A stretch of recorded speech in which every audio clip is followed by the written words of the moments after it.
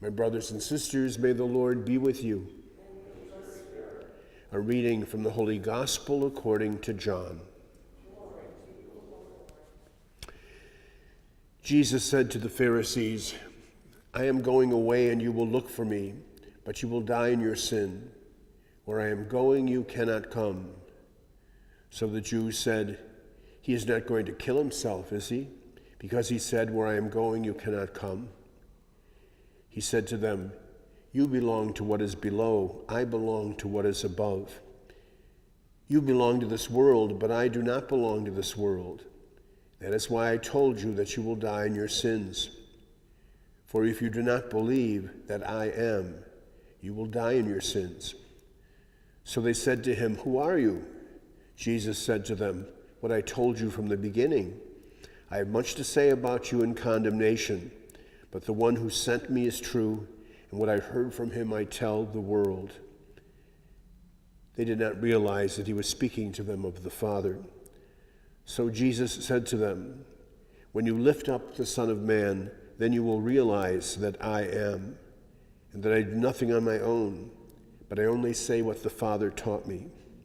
The one who sent me is with me. He has not left me alone, because I always do what is pleasing to him. Because he spoke this way, many came to believe in him. The Gospel of the Lord.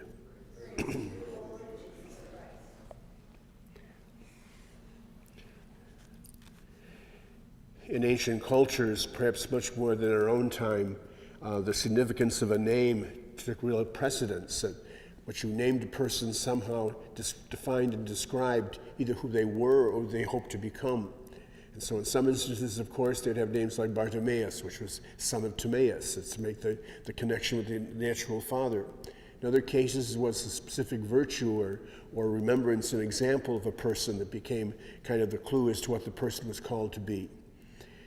We had this tradition even within our own church, in a sense, both in the time of baptism for the naming of people by a name of a saint, and then in turn at confirmation. In both instances, it was to give some kind of a catalyst for this kind of virtue to show itself in the individual person.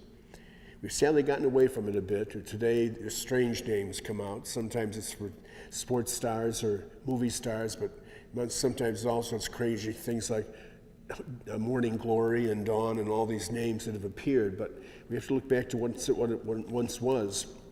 In the Old Testament, the Genesis account, for example, the creation story tells us that God told man to give names to all the animals and creatures. In so doing, there's a control over them. There's a relationship with them. And so it shouldn't surprise us that there's something very awesome and inspiring about that moment when Moses experiences God in Egypt, and he says to God, who are you? And God gives him his name. He says, tell them I am, who am. And those words are very unique and very special in saying, I am who am. So special that the believing Jew would never speak that word or call out that name. They would end up using words like the Lord in place. And so we see in the gospel today, specifically, Jesus using that name for himself. And if you look at the texts of any of the translations or of any of the Bibles, you'll find that the words I am are in capitals in this segment of St. John's account, because it's not speaking about an I am in a regular form of a pronoun and a verb. It's speaking of the name of God. And of course, this becomes the underlying reason why some come to believe in him, but it also becomes the underlying reason why some come to crucify him, that they really see this as a blasphemy. We know the name of God, and in fact, we've been given an additional one because of our relationship with Jesus. We can dare to call him our Father. And so we're mindful of the relationship we have with God and how that in turn calls each of us to live our lives in such a way so as to reflect that relationship.